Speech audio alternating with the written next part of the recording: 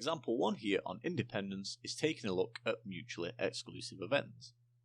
So here we're told the events A and B are mutually exclusive.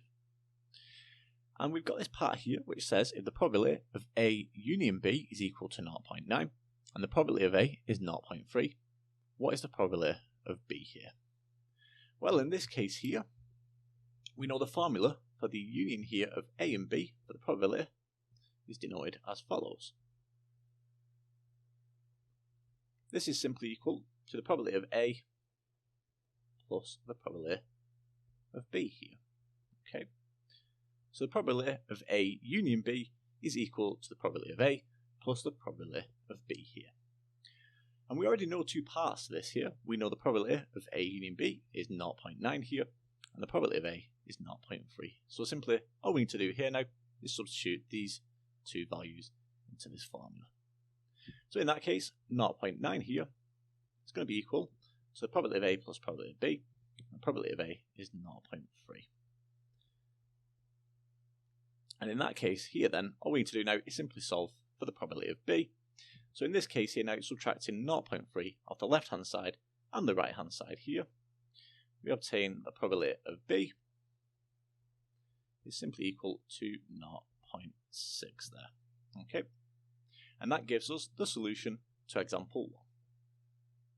Example 2 here on independence is taking a look at independent events. So suppose we have the probability of A, which is 0.9, the probability of B, which is 0.4, and the probability of A intersection B, which is equal to 0.3. We're asked, are A and B independent? Well, we know two events are independent if, say, again using these events here of A and B, so independent if the probability of A times by the probability of B here is equal to the probability of A intersection B.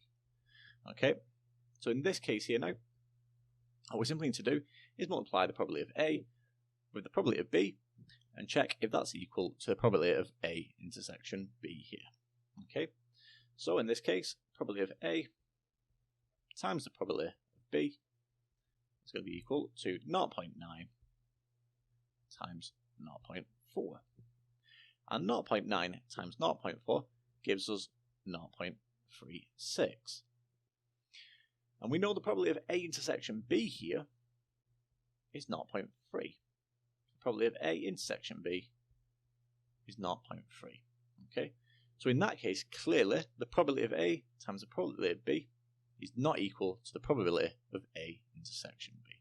So therefore, probability of A times probability of B is not equal to the probability of A intersection B there.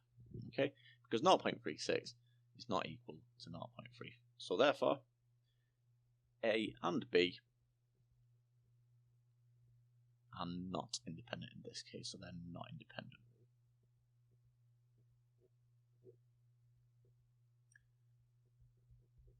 And that gives us our solution to example 2 there. And finally, moving on to example 3 here for independence, we're taking a look at assumptions in modelling. And we're asked to define a probability model for flipping a coin twice and to state 3 assumptions we have made. So here, our probability model we can represent as a probability tree. So in that case, we have 2 possible outcomes here. We either get heads or we either get tails when we flip this coin.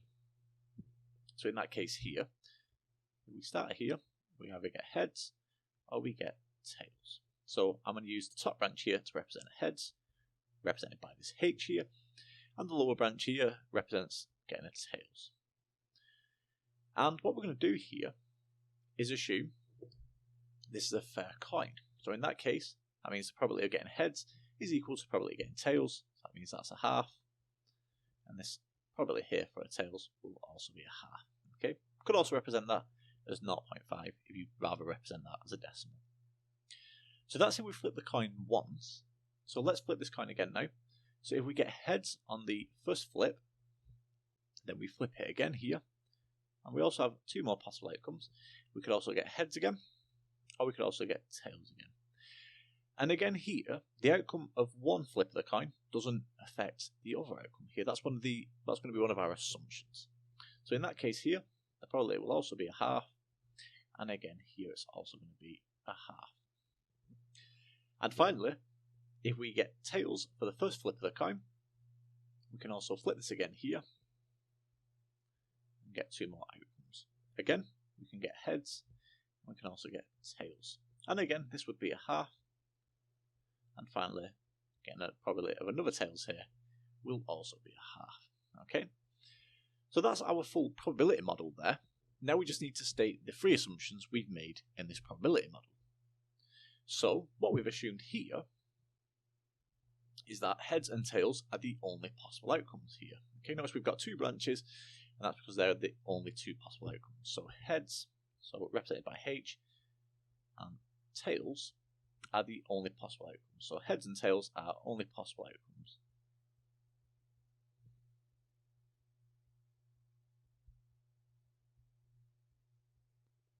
Okay, so that's our first assumption there.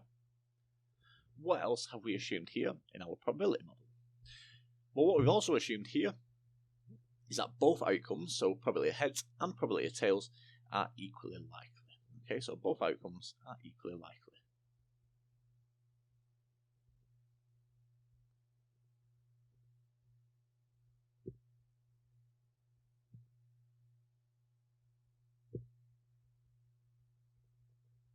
Okay, so that's our second assumption there.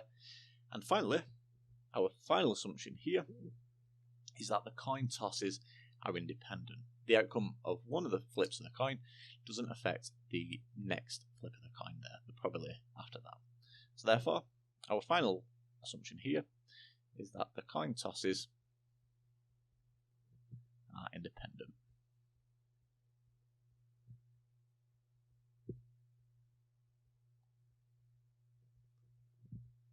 Okay, and that gives us our final of the three assumptions there. And that gives us the solution to example 3 there.